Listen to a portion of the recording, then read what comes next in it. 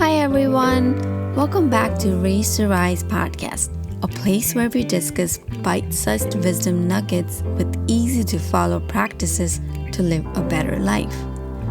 Raise to Rise podcast is supported by Ayurvedic Seva. Ayurvedic Seva is an herbal dietary supplement line set out to change the industry by dedicating the company to quality, safety, and holistic approach on making the wellness journey safe, healthy, and natural. If you want to start adding some natural herbs in your diet, then head over to ayurvedicseva.com and use our promo code RAISE2RISE for 30% discount. Once again, head over to ayurvedicseva.com and use our promo code RAISE2RISE for 30% discount.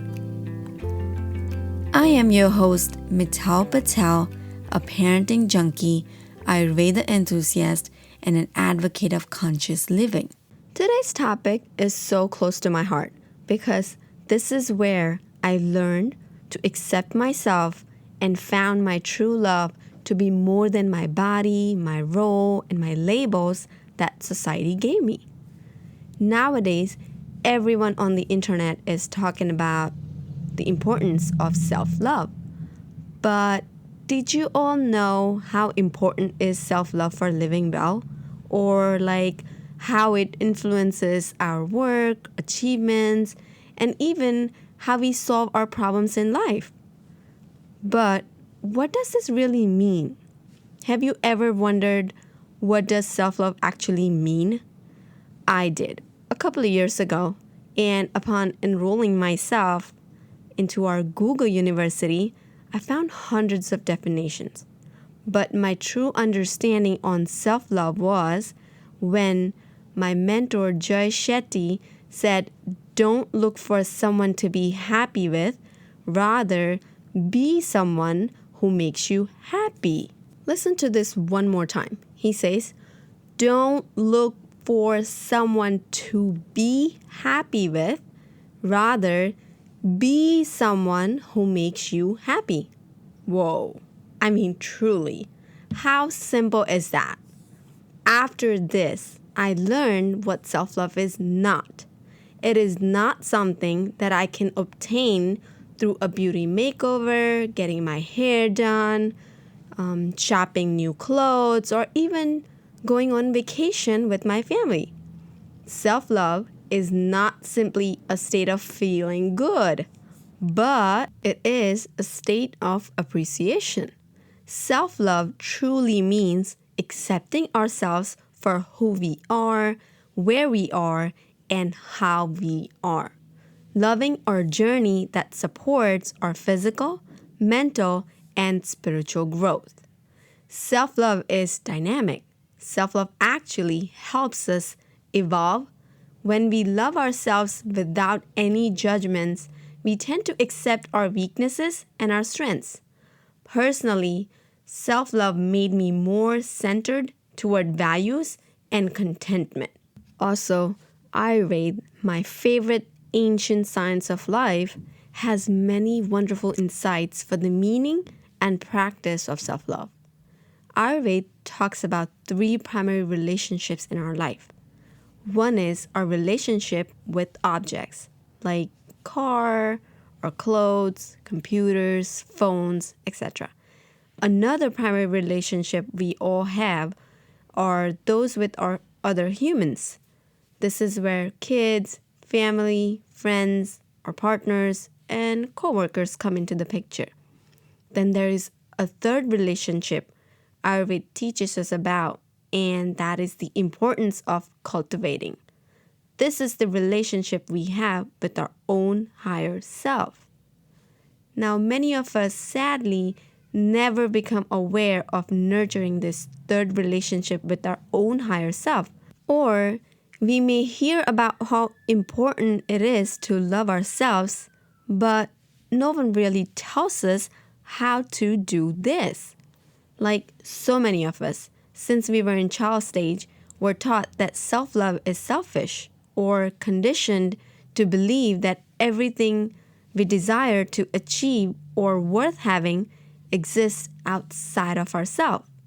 and we start spending our precious time, energy, and resources trying to manifest love, safety, health, and happiness from socially validated external source. I've actually learned that in mindfully cultivating a relationship with my own higher self, I'm no longer so hungry for the approval, love, and attention from others. My ongoing studies of Ayurveda and coaching with my mentor have revealed to me that my own higher self is the eternal source of all the love, safety, happiness, wisdom, health, and hope I seek in my life. Anyway, you might be thinking, how does one really do this in a practical, day-to-day way? I would like to share a few of my favorite practices that help me connect to those higher aspects of my own being, such as waking up early. I understand it's not easy when you have kids, when you have full-time job, but it's doable. The energy between 3 a.m. and 6 a.m. is full of what Ayurveda calls as the quality of sattva, which is all about clarity, harmony, peace, wisdom, and inner knowing. My second favorite is alone time. My most important meeting of the day is always with myself. I love being alone in the morning and before bed and have my me time. My third favorite practice is meditation. It allows us to let go of unwanted and not needed attachments. This practice is more about losing than gaining, and it helps us become more and more truly free. My fourth practice is being in nature. Now, we all gotta love nature. Nature teaches us to be the givers and the healers. Ayurveda recommends living as close to nature as we possibly can through our daily and seasonal routines, foods, exercises, and other lifestyle practices. I find I learn and receive so much from being in nature. My another favorite practice is silent time. In my silent time, when my kids are still asleep in the early mornings, I love to hang out with sun in my backyard because sun never asks us for anything. It doesn't shine for love, approval, or attention. It simply shines because of its nature.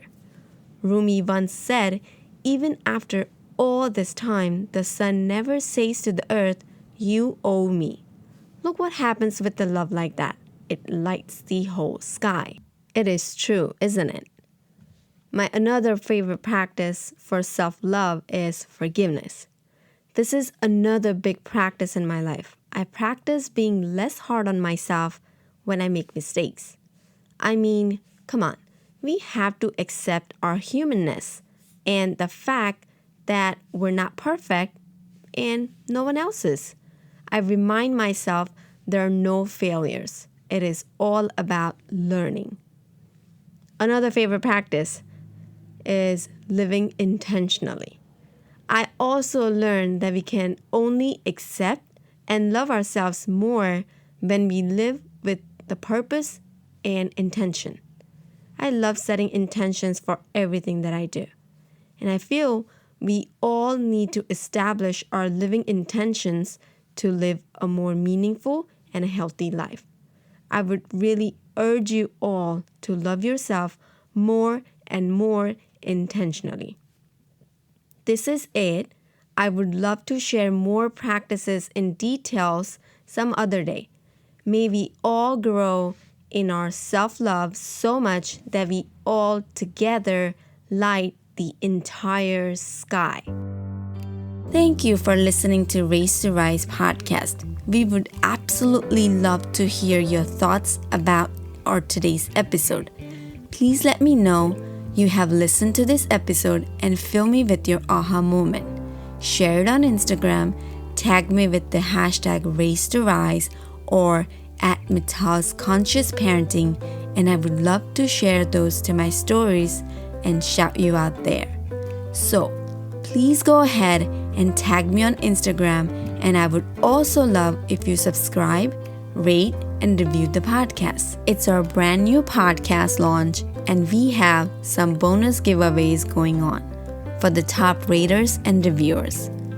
Also, I would love to send you my 7-day parenting journal absolutely for free.